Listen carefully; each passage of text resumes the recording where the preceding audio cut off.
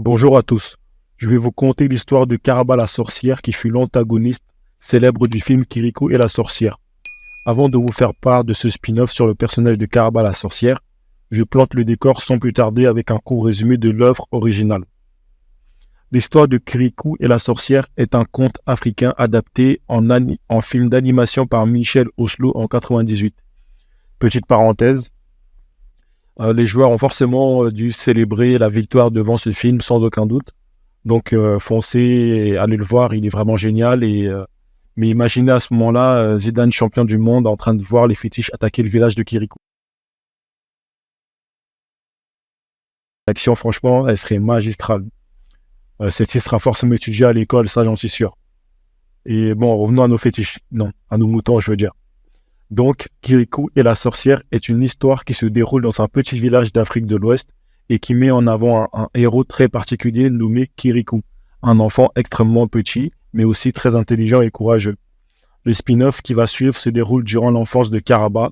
Avant d'être la sorcière redoutée, Karaba était une jeune femme pleine de vie, dotée de pouvoirs mystérieux qu'elle ne comprenait pas encore.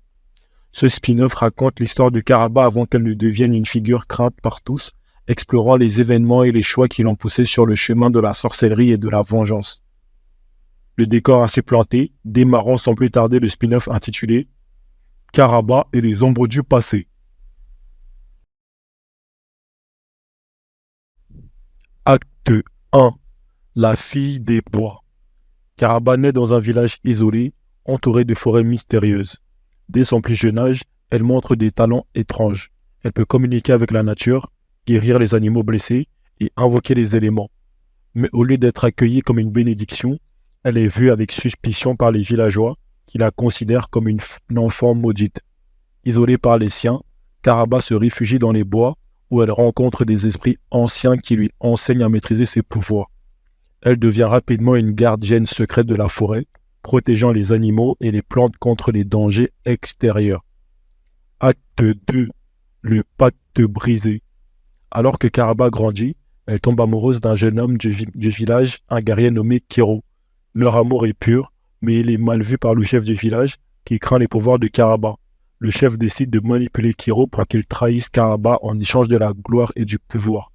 Sur les ordres du chef, Kiro conduit Karaba dans une embuscade. Elle est capturée par les hommes du village et torturée pour révéler ses secrets.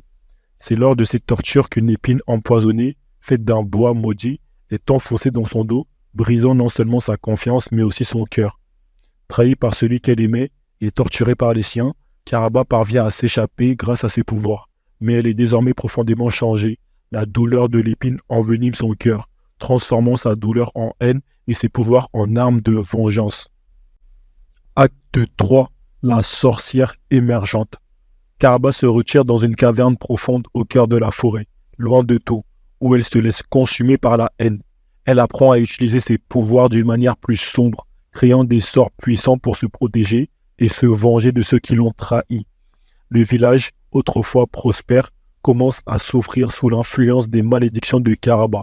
La source se tarit, les récoltes échouent et les hommes qui tentent de l'affronter ne reviennent jamais. La légende de la sorcière grandit et Karaba, autrefois une jeune femme pleine de vie, devient le spectre craint par tous. Pourtant, malgré sa cruauté apparente, une partie de Karaba reste hantée par son amour perdu et par le souvenir de la fille qu'elle était autrefois. Elle est enchaînée à la douleur de l'épine dans son dos, une métaphore de la blessure psychologique qui l'a transformée. Épilogue, le dernier espoir. L'histoire s'achève alors que Karaba, dans un rare moment de réflexion, contemple les conséquences de ses actions. Elle ressent une profonde tristesse pour ce qu'elle est devenue. C'est à ce moment qu'une prophétie ancienne est évoquée. Un jour, un enfant exceptionnel viendra, capable de voir au-delà de la sorcière pour libérer la femme enchaînée par la douleur et la trahison. On arrive ainsi à la fin de ce spin-off. Ce spin-off permet de redonner une profondeur supplémentaire au personnage de Karaba, en explorant son humanité et en montrant comment la douleur et la trahison peuvent transformer une personne.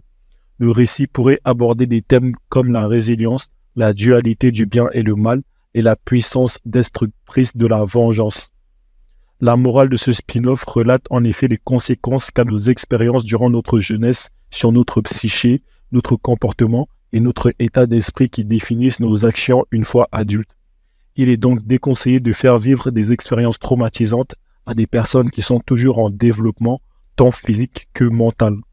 Il est également déconseillé de juger quelqu'un sur ses actes seuls, mais bien sur un ensemble de données spatio-temporelles. C'est ainsi que finit ce spin-off et cette interprétation. Dites-moi en commentaire si ce spin-off vous a plu et quelle est la morale que vous retenez suite à cette histoire. Et vous pouvez également me dire dans les commentaires quel personnage souhaitez-vous voir à l'avenir dans les prochains épisodes. Sans oublier de réagir à la vidéo en mettant un pouce bleu et vous abonner si vous souhaitez davantage de contenu dans ce genre. Stay safe, God bless.